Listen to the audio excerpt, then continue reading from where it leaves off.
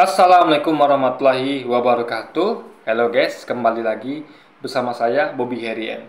Kali kita akan kembali komentari video dari Yuli yang berjudul Terlalu dan Tega Ustadz Ipung dan Kainama tipu dua orang ini ya. Kalau saya nggak salah ya. Kita akan langsung tonton videonya, habis itu akan kita komentari guys.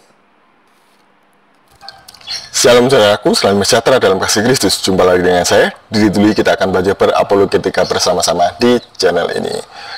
Sungguh terlalu dan tega Ustadz Kainama dan Ustadz Ipung ini ya, membohongi dua Ustadz yang ada di depannya mengenai sejarah Kristen dan juga kitab-kitab palsu yang ada di dalam kekristenan.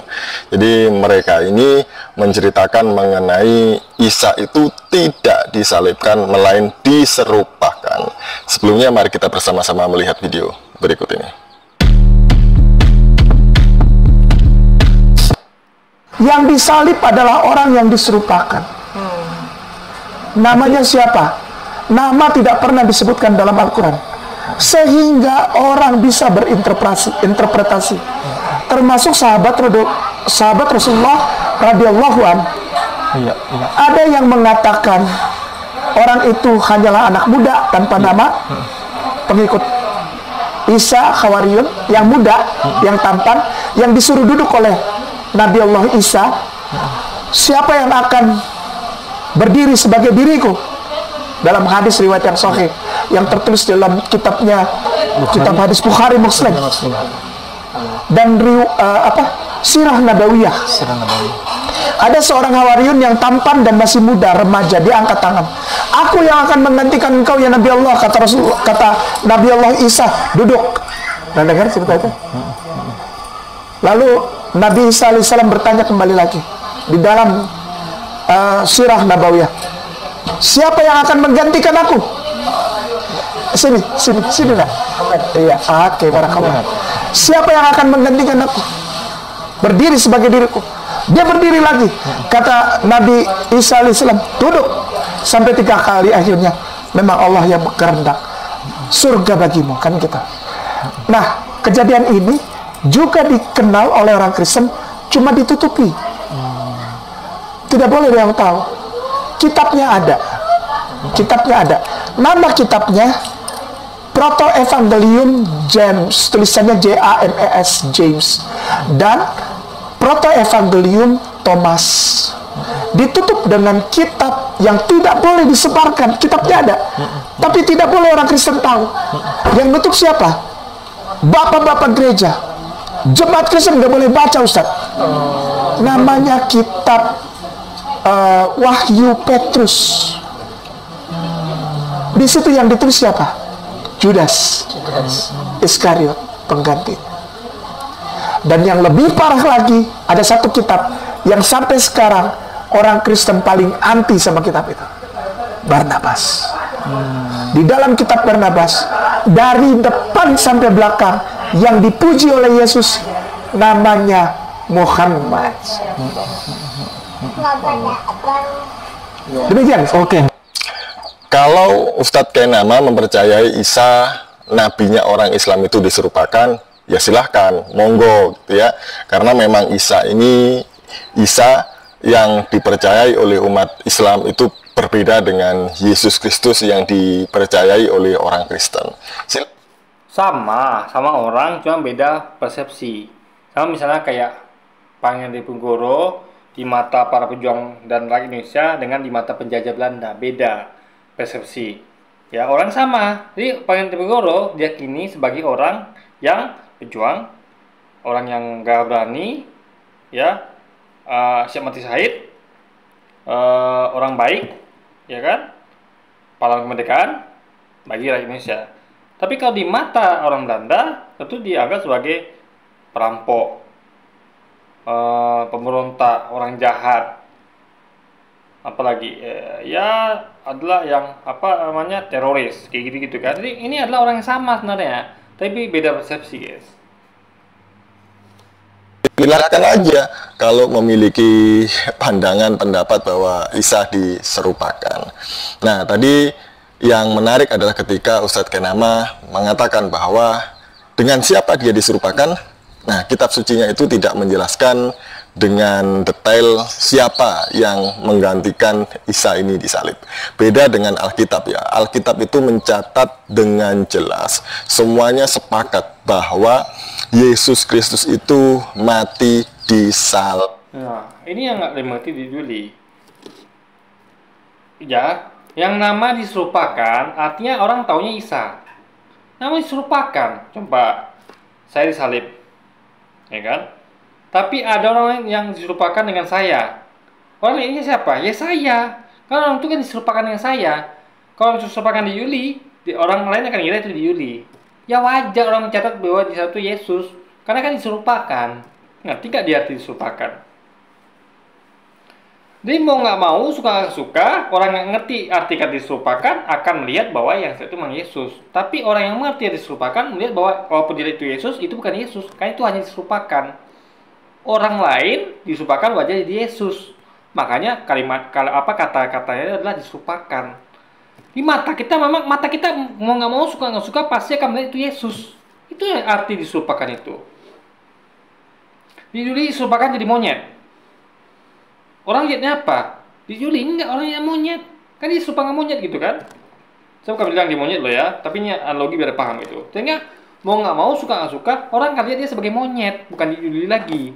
Aneh kalau orang bilang bahwa dia masih di Juli, enggak. Orang diserupakan dengan monyet, ya berarti dia sudah berbentuk monyet.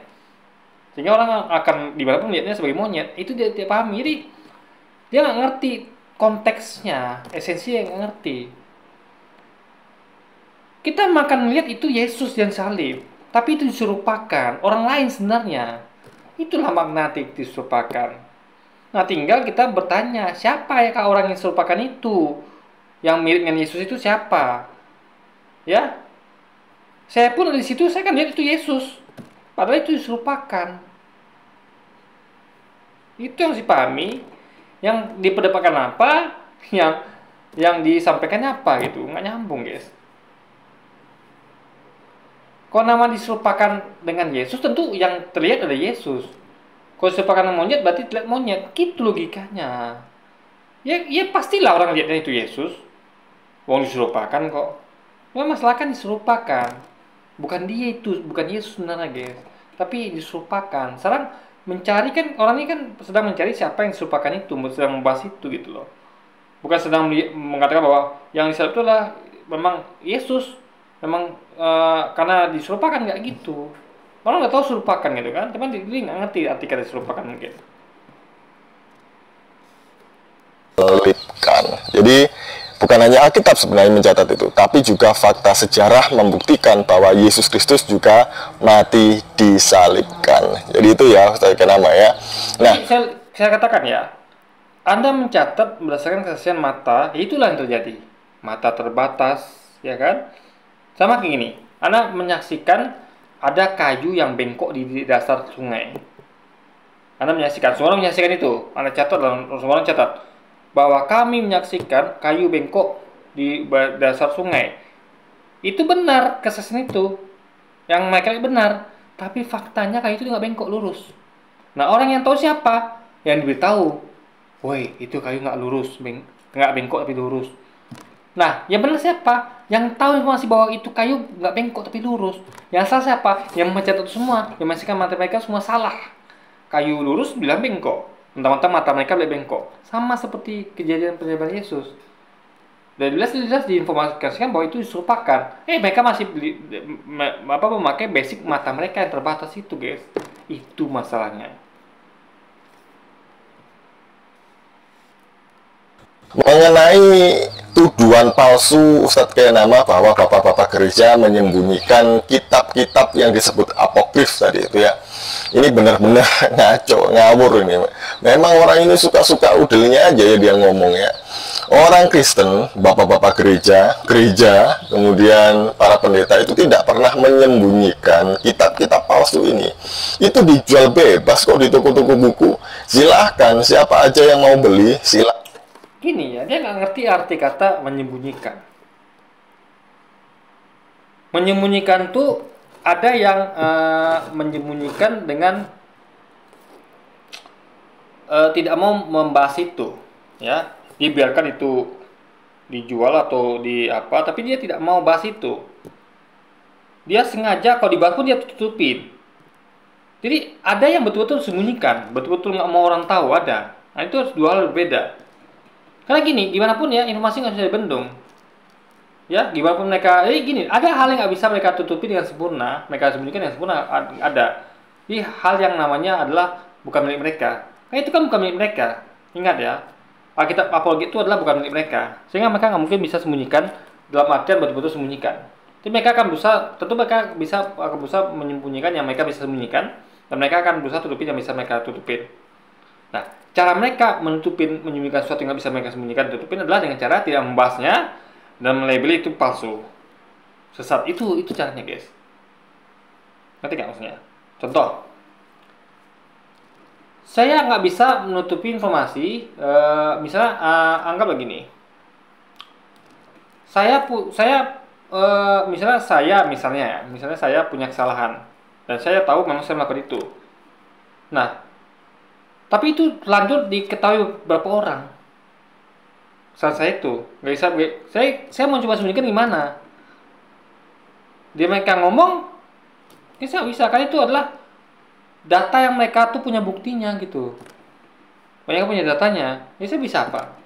Ya kita cari gimana saya sembunyikannya, ya saya akan counter itu.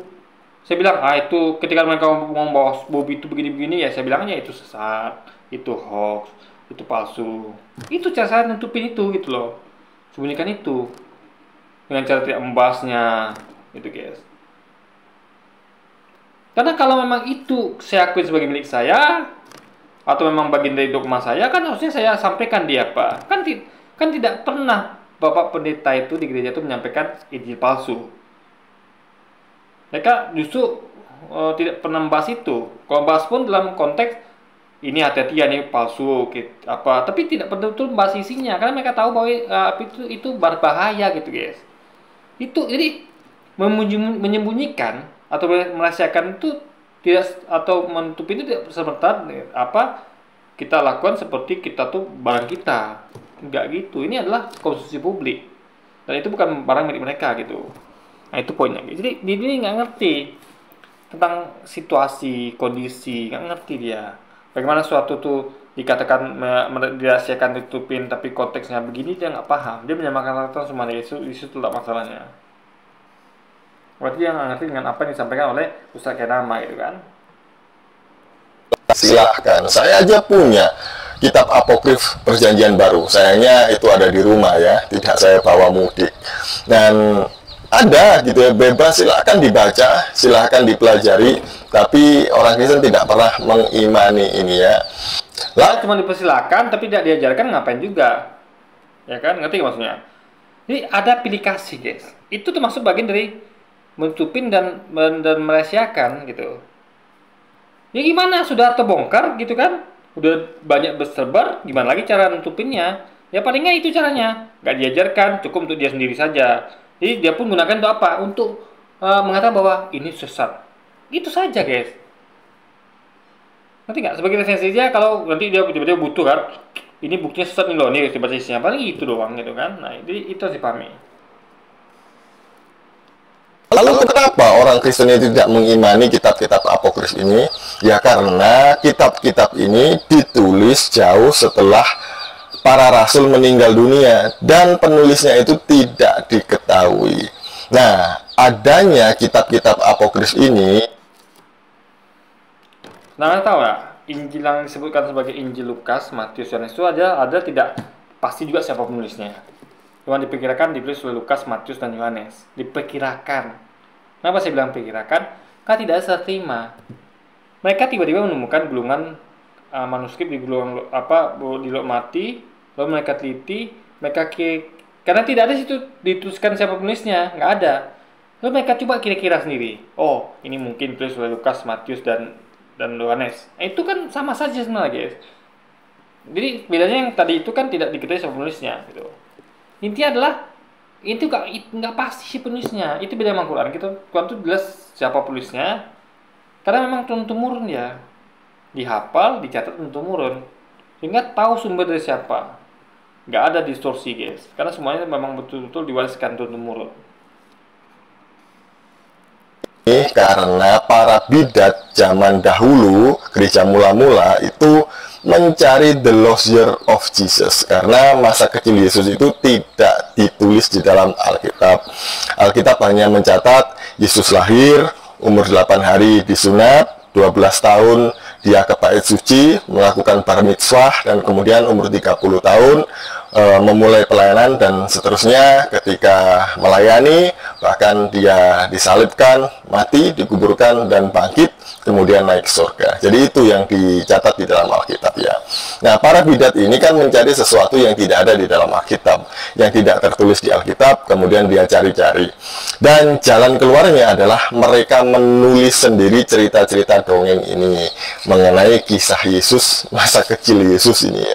Mereka nggak mungkin menulis sesuatu yang tidak ada sumbernya, ya. Sama kayak yang kesaksian juga pasti ada sumbernya gitu. Ini semua tuh pasti ada sumbernya guys. Cuman kita harus tahu sumber itu setelah benar, itu poinnya, ya. Nggak mungkin mereka tuh kecuali kalau mereka nambah-nambah kurang-kurang. Maka kita katakan bahwa kitab tuh masih dipalsukan tuh nggak semuanya itu betul-betul dari nol. Pasti ada rujukannya. Cuman ada tambahan, ada pengurangan, ada sisipan, ada pengurangan guys. Itu. Ya.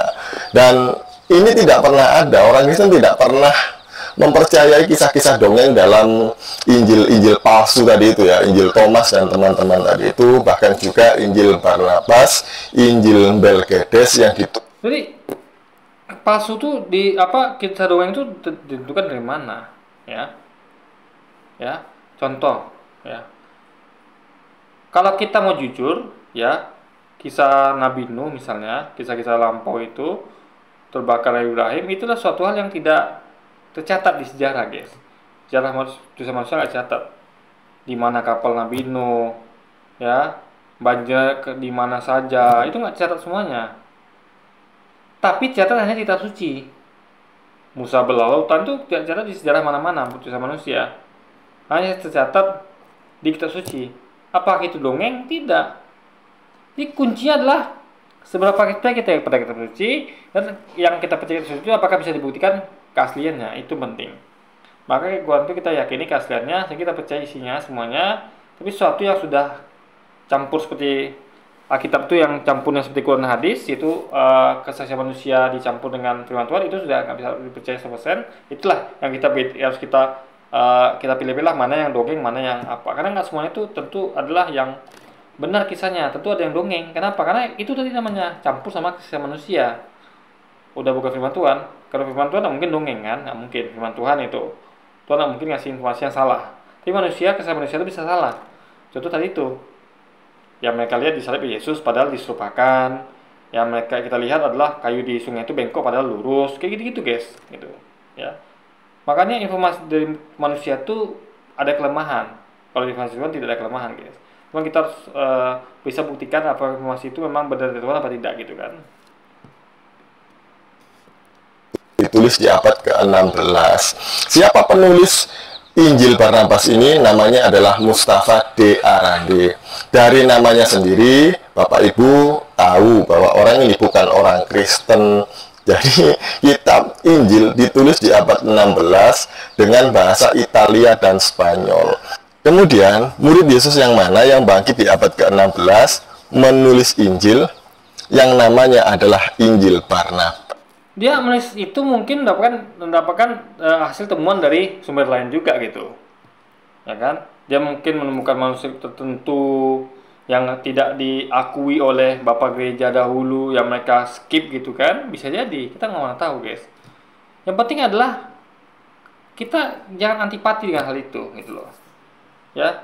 Jangan mentang-mentang siapa yang nulis atau apa. Kita kan bukan lihat dari isi, apakah dari isi kepala dia apa tidak, itu penting. Kalau bukan isi kepala dia hanya menyadu dari sumber-sumber yang lampau, ya, yang mana itu tidak diakui oleh bapak gereja, itu bisa dijadikan pertimbangan. Tapi kalau fatal, kalau dia memang dari isi kepala dia, itu baru bisa tolak gitu. Tapi kita kan nggak tahu ini dari mana sumbernya gitu kan. Kalau saya yakini memang bukan dari dia sumbernya, dia hanya mengutip apa yang sumber-sumber yang dia teliti dari masa lampau guys, yang tidak tentu tidak diakui oleh bapak gereja mungkin. Nah, itu yang ditulis ulang dia gitu kan, untuk memperkaya kasanah, guys. Itu penting. Mas, nggak ada. Makanya orang Kristen nggak percaya Injil palsu ini, gitu ya. Kalau Ustadz kayak nama dan teman-temannya mau ambil kitab ini, Injil-Injil palsu ini, monggo, banyak borong aja itu di toko-toko buku ya. Kami orang Kristen itu nggak mau ambil. Silahkan Ustadz kayak nama mau ambil ya. Sekian dari saya. Tolong ya, jangan berbohong. Itu bagian menutupi dan merahasiakan gitu, tidak merekomendasikannya, padahal itu adalah bagian dari dia juga gitu, cuman tidak diakuin itu loh, ya kan. Nah, itu poinnya, guys. Sama dua ustadz itu kasihan loh. Sepertinya kan mereka berdua, beliau-beliau ini serius mendengarkan. Kok ya Ustadz Kenama malah cerita mengenai Injil-Injil palsu sih? Itu kan bisa dicari di mana saja informasinya. Begini ya, Injil asli adalah apa yang diberitakan Yesus, selebihnya palsu. Ya, Injil asli adalah apa yang Yesus beritakan. Karena ini ada di kitab itu.